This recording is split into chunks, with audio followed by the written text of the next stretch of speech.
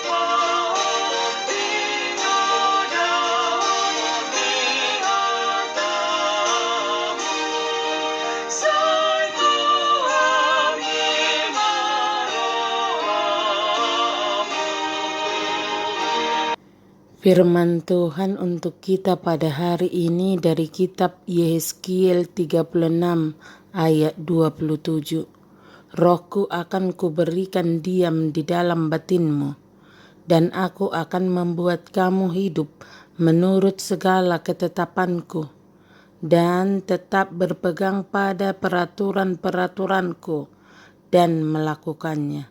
Demikianlah firman Tuhan. Keselamatan yang diberikan kepada bangsa Israel menyeluruh sifatnya, bukan hanya secara fisik dengan memulihkan ekonomi, sosial, politik, dan budaya, tetapi juga pemulihan hati atau religi.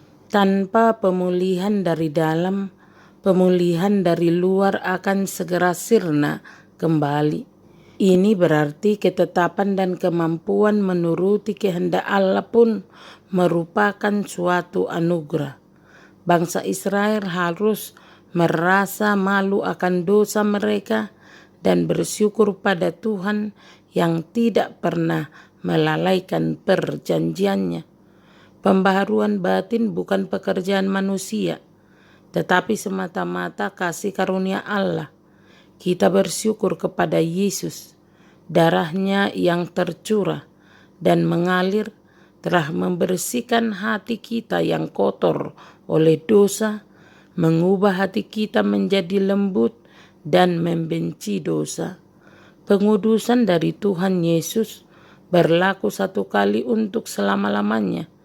Kini kita adalah umat yang dimampukan untuk menjalankan hidup kudus, taat firman, dan melakukan berbagai perbuatan baik dan memuliakan Tuhan dan menjadi berkat bagi sesama. Allah akan membuat Israel hidup menurut segala ketetapannya. Ia akan sepenuhnya melengkapi mereka dengan hikmat dan kehendak dan kekuatan-kekuatan yang giat bekerja untuk melakukan segala pekerjaan baik. Supaya semua ini terjadi, Ia akan membuat rohnya diam di dalam batin mereka sebagai pengajar, pembimbing, dan pengudus. Allah tidak memaksa orang untuk hidup menurut segala ketetapannya dengan memakai kekerasan lahiriah, tetapi membuat mereka hidup menurut segala ketetapannya berdasarkan suatu pegangan batiniah. Engkau akan tetap berpegang pada peraturan-peraturanku. Jika Allah mau melakukan bagian ini sesuai dengan janjinya, maka kita harus melakukan bagian kita sesuai dengan perintahnya. Janji dari anugerah Allah untuk memampukan kita melakukan kewajiban ibadah kita haruslah menggugah hati kita dan menguatkan kita untuk senantiasa memberi perhatian dan berusaha melaksanakan kewajiban kita. Janji-janji Allah seharusnya mendorong pada perintah-perintahnya sebagai pedoman kita, dan perintah-perintahnya harus membawa kita kembali kepada janji-janjinya untuk memberi kekuatan, sebab tanpa anugerahnya kita tidak dapat berbuat apa-apa. Demikianlah firman Tuhan, terimalah berkat Tuhan.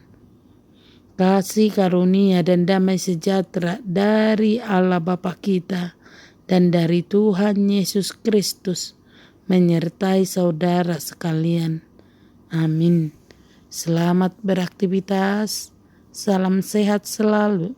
Tuhan Yesus memberkati. Saya berdoa